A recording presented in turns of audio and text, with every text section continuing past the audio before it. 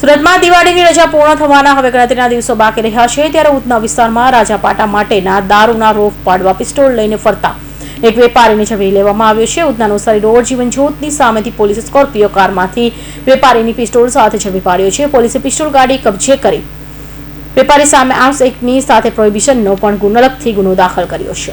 સુરત શહેર પોલીસ દ્વારા 10 નવેમ્બરથી 25 નવેમ્બર સુધી ગેરકાયદેસર હથિયાર ઝડપી પાડવા માટે ડ્રાઈવ હાથ ધરવામાં આવી હતી, જે અંતર્ગત ઉધના પોલીસ સર્વેલન્સ સ્ટાફના માણસો સાથે ગઈકાલે મોડી સાંજે વાહન ચેકિંગમાં હતા.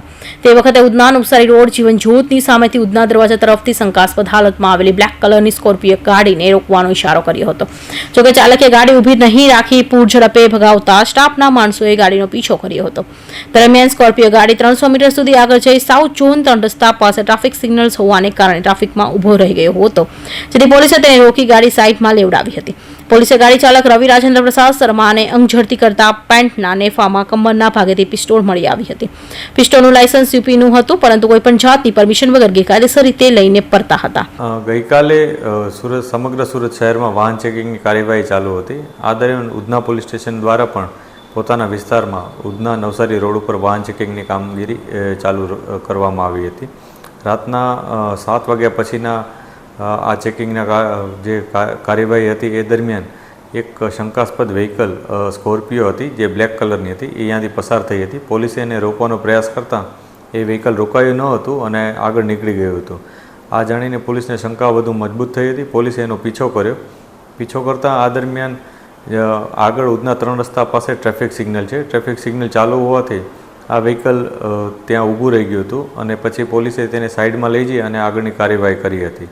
વ્હીકલમાં ચેકિંગ કરતાં એક બોટલ મળી આવી હતી. વ્હીકલનો જે ડ્રાઈવર છે એનું નામ રવિ રાજેન્દ્ર પ્રસાદ શર્મા.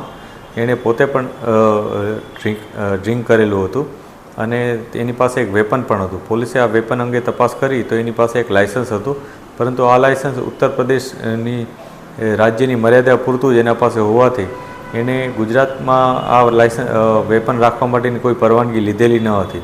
જે બાબતને લઈ અને પોલીસે એના ઉપર આર્મ્સ એક્ટનો અલગથી ગુનો દાખલ કર્યો હતો. એટલે આ વ્યક્તિ જે રવિ શર્મા કરીને છે એના ઉપર 2 ગુના ગઈકાલે દાખલ થયા. એક છે જેમાં લિકર કન્ઝપ્શન અને પોઝેશનનો હતો, જ્યારે બીજો એક કેસ છે જે આર્મ્સ એક્ટનો છે. જે આરોપી છે એની વધારાની અમે પૂછપરછ કરી રહ્યા છીએ. આરોપી અહીંયા મૂળ ધંધો કરે છે, બિઝનેસ કરે છે. મૂળ યુપીના છે અને અહીંયા ગોડાદરામાં રહે છે. એ કેમિકલનો કે એનો બિઝનેસ કરે છે એવી માહિતી છે, પરંતુ પોલીસ એને વેરીફાઈ કરી રહી છે કે એમાં ખરેખર એ શું બિઝનેસ કરે છે, અહીંયા કયા પ્રકારનો એની કામગીરી છે, એ બધી બાબત અમે વેરીફાઈ કરી રહ્યા છીએ. સાહેબ, આ ગાડી પર પોલીસને શંકા કેવી રીતે?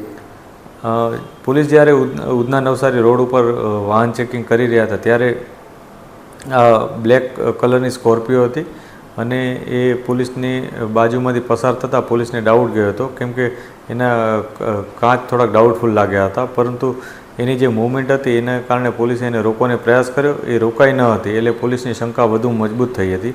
અને જ્યારે ટ્રાફિક સિગ્નલ ઉપર ત્યાં સિગ્નલના જે ચાલુ હતો સિગ્નલ, એને કારણે ત્યાં એને રોકાવવું પડ્યું હતું ફરજિયાતપણે, અને એને કારણે પોલીસ ત્યાં એને સરળતાથી એને પહોંચી શકી હતી એની પાસે અને એને સાઈડમાં લઈ જઈને ચેક કર્યો હતો. ત્યારે આ તમામ વિગતો પોલીસને સામે આવી હતી. પોલીસે રવિ શર્મા પાસેથી 2.60 લાખની કિંમતની પિસ્તોલ અને 10 લાખની ગાડી કબજે કરી હતી. પોલીસે તેની સામે આર્મ્સ એક્ટ મુજબ ગુનાની સાથે ગાડીમાં દારૂની બોટલ અને રવિ શર્માએ દારૂ પીધેલો હોવાથી તેની સામે અલગ પ્રોહિબિશન પણ ગુનો દાખલ કર્યો હતો. Bureau report, Hind TV news, Surat.